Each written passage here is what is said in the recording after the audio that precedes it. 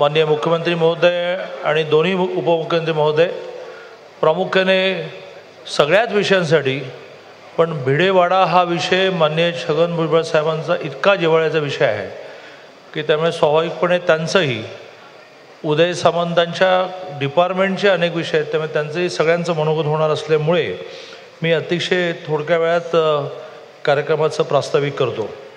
आपल्या सगळ्यांना माहिती आहे की 11 एकूण विकास कामं 26 तारखेला माननीय मोदीजी पुण्यामध्ये येऊन SP कॉलेजच्या ग्राउंडवर याचं उद्घाटन व्हायचं होतं. स्वाभाविकपणे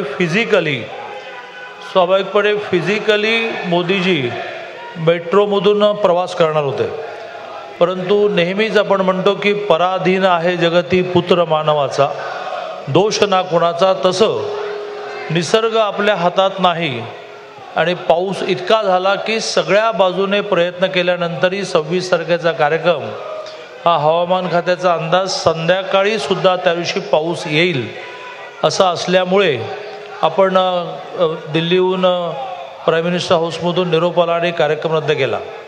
विरोधकांना कार्यक्रम हवे असतात तसा एक कार्यक्रम मिळाला, म्हणजे निसर्गाच्या अवकृपेमुळे म्हणा, कारण अवकृपाच म्हटली पाहिजे, इतका हेवी पाऊस झाला. कार्यक्रम पोस्टपोन झाल्यानं करावा लागल्यानंतरही त्यांनी ते खापर हे माननीय पंतप्रधान महोदयांवर, भारत सरकारवर, महाराष्ट्र सरकारवर ते खापर फोडण्याचा प्रयत्न करून एक केविलवाना प्रयत्न आता आम्हीच उद्घाटन करतो, किती दिवस बंद राहणार, यांच्या काळात काय झालं, किती वर्ष सत्ता होती, असं असताना ज्या प्रकारचे गेल्या 10 वर्षामध्ये विकासाचे अनेक विषय, मेट्रो असेल, मग रोड्स असतील, एअरपोर्ट असेल, हे मार्गी लावत असताना त्यांनी तो प्रयोग केला.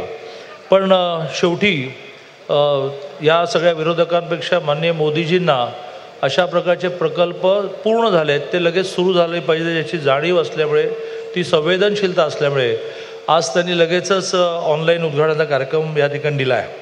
मला एक अर्धा मिनटं नेहमीपेक्षा जास्त घेऊन पण मेट्रोचे थोडे डिटेल्स आपल्यापुढे मांडायला पाहिजे की कसं आगामी काळामध्ये ह्या शहराचं ट्रॅफिक हे पूर्णपणे कंट्रोलमध्ये येणार आहे. कारण हे शेवटी ट्रॅफिक मी कधीतरी 82ला पुण्यामध्ये यायला सुरुवात केलं तेव्हा 10 लाख असणारी लोकसंख्या 70 लाखावर गेली.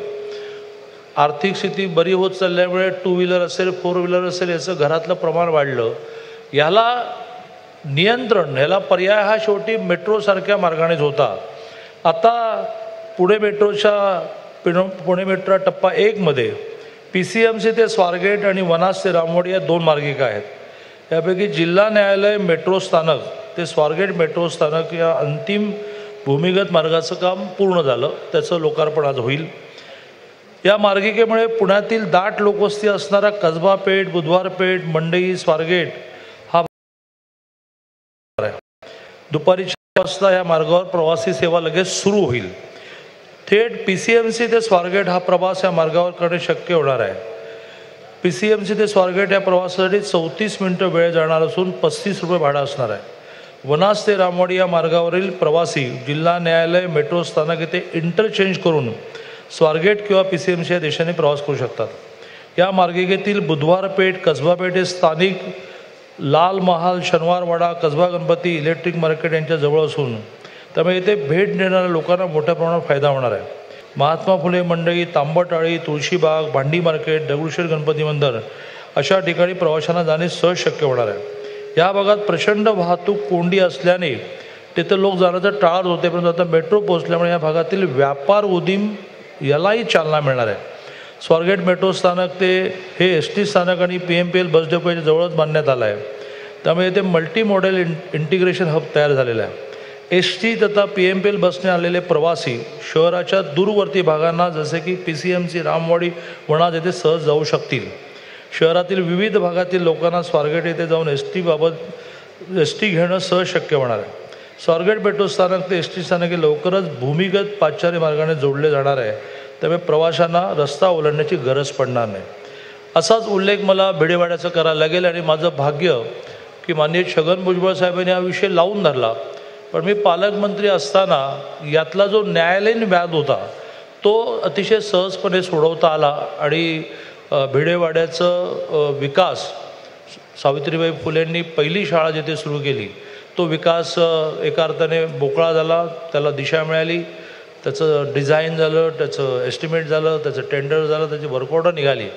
यावर माननीय भुजबळ साहेब जास्त बोलतील, पण हाही एक श्रद्धेचा आपल्या सगळ्यांचा विषय हा मार्गी लागला.